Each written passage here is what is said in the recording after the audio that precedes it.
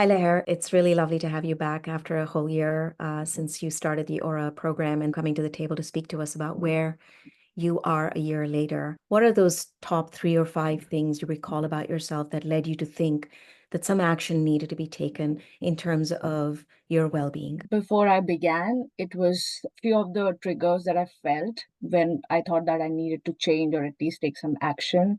Day one, the biggest one was the anxiety levels were too high due to the external factors throughout the day, and I didn't know how to handle my surroundings. There are some situations that keep happening to each one of us in the life. I was not able to accept the situation.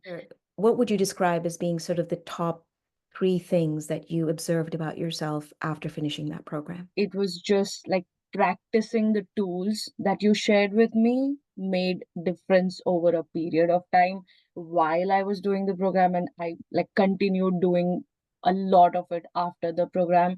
But the first part was practicing abundance. That helped me a lot every single day when your brain or your insecurities keep shouting. My mood swings is just, I know how to handle them better through either journaling, I go for a drive, I voice note to myself, gives me more handle on my own self. The last thing is accepting the situation in hand. It just came through comparison. I realized that, when you look at people on Insta and FB going for vacation, it used to affect me. It's been 5 years I've not gone on vacation. But it's just the realization that not everyone's as happy as a social media. Like social media used to affect me a lot. That is something that I'm able to put a control on now. Would you say that you have greater trust in yourself? To handle situations, yes, I have more confidence in me. I listen more than being defensive. That was one big problem I had. So I trust my own thinking more. And again, it's just like a cycle that I have to keep telling myself that I have to assume good in at least people who are near and dear. What are some of those habits that you were able to let go of?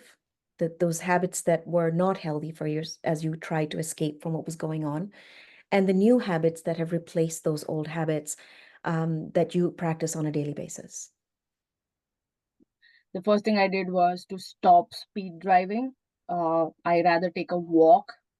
Secondly, now when I have the mindful practice with me, we tend to go everywhere, like focus everywhere, especially when you're in a distress situation. It just helps me come back to focus on things that are important and things that I should not be fretting about. And third thing is, I have totally, completely left alcohol or vaping or any other addictive stuff.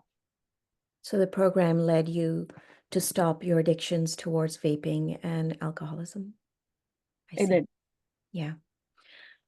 So a lot of people have had to return to the office part-time or even full-time these days. Can you share with me what it was like for you to return to the office? So when pandemic got over and I had to return to office, it was really challenging even for me. Initially, I used to have a lot of social anxiety. I used to drive to work, so I was used to vape while I was going to work. So by the time I'm reaching and I'm parking my car, I'm calm, I'm steady. My hands are not shaking, but it was all under the effect of vape. So after the program, now when I have more tools to handle myself, I'm ready to take the day because all my energies are aligned to start my day because I am calm. So I'm really glad to hear that, we've been able to make you aware of how certain types of energy from the Yeah. exterior can affect you, right? Let me ask you something about what was the one thing that stuck with you after the program was finished that you felt was really staying in your present moment, that was changing the way you were starting to live? What was that one thing? So we learned about laws, the 12 laws. The thing that stuck with me was the law of growth, that you keep reading and keep growing in the direction or two you want to. So, and again, I used to have this insecurity again that I'm not reading enough, but I don't have to capture it all in a day. So just, 5 minutes or 10 minutes a day eventually gets to a place where I have learned a lot more. So to take that 2 sentences every day, the power of changing yourself, make sure that you learn, whether it's in your professional world or in the area that you want to grow. What kind of person or what kind of persona would benefit from the aura experience? I mean, to start with, who wouldn't? Anyone who is a woman in her 40s, any working professional, adults, youth in specific, to get the right direction. I really thank you for this time. And you're absolutely right. This is about practice. Yeah. We may have given you some tools and techniques, but the idea was to unlock this sense of confidence and self-empowerment that you can discover so many different ways to live consciously. So I'm really grateful that you shared some examples with me as well. Thank you very much, Leher. Thank you, Vishali.